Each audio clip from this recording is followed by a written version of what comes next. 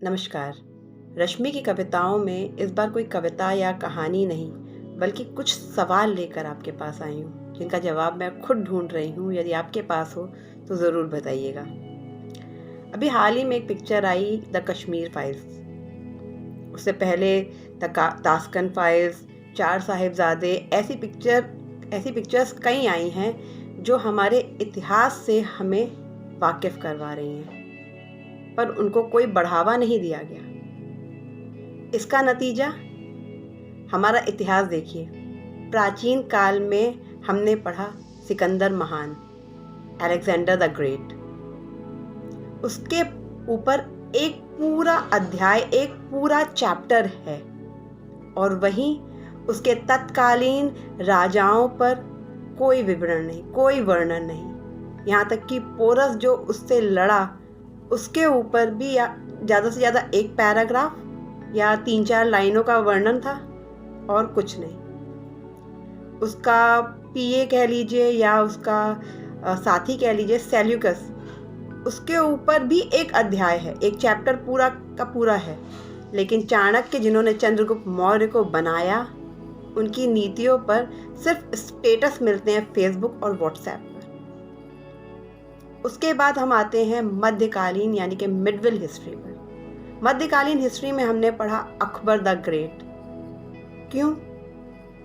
कोई इंसान हमारी धरती पर आकर, हमारे घर में आकर रहने लग गया, उसके बेटे, उसके पोते तक वो घर उसका हो गया। उसने कुछ कर हमारे ऊपर से हटा दिए गए। किसी ने 4% का कर लगाया, किसी ने 2% का लगाया। जो 2% का लगाया वो अच्छा है, सेक्युलर है। काहे का सेक्युलर?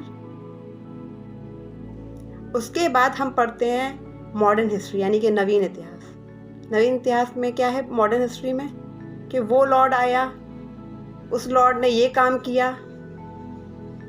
कहीं पे राजगुरु, सुखदेव, भगत सिंह, बाल गंगाधर तिलक, इन सब का वर्णन कहीं इन पर एक एक अध्याय है? नहीं। तो हम जो पढ़ेंगे वो समझेंगे अपना इतिहास। इसीलिए हम पढ़ते हैं सिकंदर महान, अकबर द ग्रेट। अब अगर इतिहास की बात ना करें, साहित्य की बात करें, तो हम कहते हैं कालिदास हिंदी साहित्य के शेक्सपियर हैं। क्यों? हम ये तो नहीं कहते शेक्सपियर अंग्रेजी साहित्य का कालिदास है। नहीं, कहना भी नहीं चाहिए।